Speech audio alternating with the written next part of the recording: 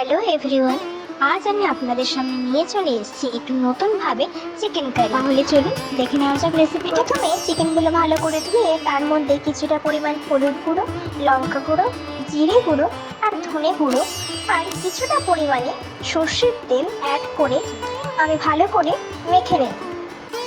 এবারে কড়াইয়ে তেল দিয়ে তেল গরম হয়ে গেলে চিকেনগুলো একে একে দিয়ে ভালো করে ভেজে নেব। এবারে চিকেনটা ভাজা হয়ে গেলে তুলে নেব। এবারে আমি কিছুটা পরিমাণে কাজু, চারমগজ, পোস্ত ও 3টে লঙ্কা পেস্ট করে নেব। আর আলাদা করে পেঁয়াজ, টমেটো ও লঙ্কার পেস্ট বানিয়ে নেব। তারই সাথে আমি কিছুটা পেঁয়াজ কুচি ও আদা রসুনের পেস্ট নিয়ে নেব। এবারে কারির জন্য কেটে রাখা আলুগুলো ভালো করে ভেজে নেব।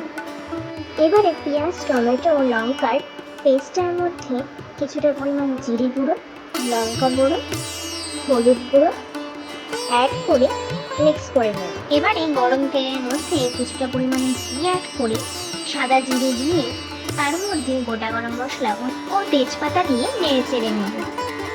এবারে আমি কিছুটা পরিমাণ পেঁয়াজ কুচি দিয়ে দেব আর তারই সঙ্গে দিয়ে দেব কিছু টমেটো। এবারে পেঁয়াজ ও টমেটোটাকে ভালো করে নেড়ে চেড়ে নেব। এবারে রেডি করে রাখা পেস্টটা দিয়ে দেব, তারই সাথে কিছুটা আদা রসুনের পেস্ট দিয়ে দেব। এবারে ভালো করে নেড়ে চেড়ে নেব। মশলাটা ভালো করে কষে গেলে চারমগজ, কাজু, লঙ্কা ও পোস্ত পেস্টটা দিয়ে দেব। দিয়ে ভালো করে নেড়ে চেড়ে নেব।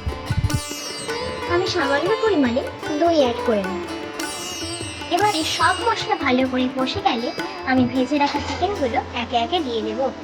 চিকেন দিয়ে ভালো করে নেড়ে চেড়ে নেব।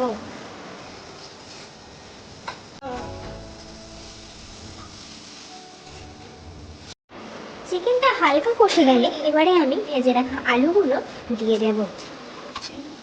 আবারও ভালো করে চিকেন ও আলু নেড়ে চেড়ে নেব। 2 থেকে 3 মিনিট বাদে কিছুটা পরিমাণে জল অ্যাড করে নেব। এভাবেই কিছুক্ষণ নাড়াচাড়া করার পর রেডি হয়ে গেল আমাদের চিকেন কারি। ভালো লাগলে অবশ্যই লাইক, শেয়ার ও সাবস্ক্রাইব করতে ভুলবেন না।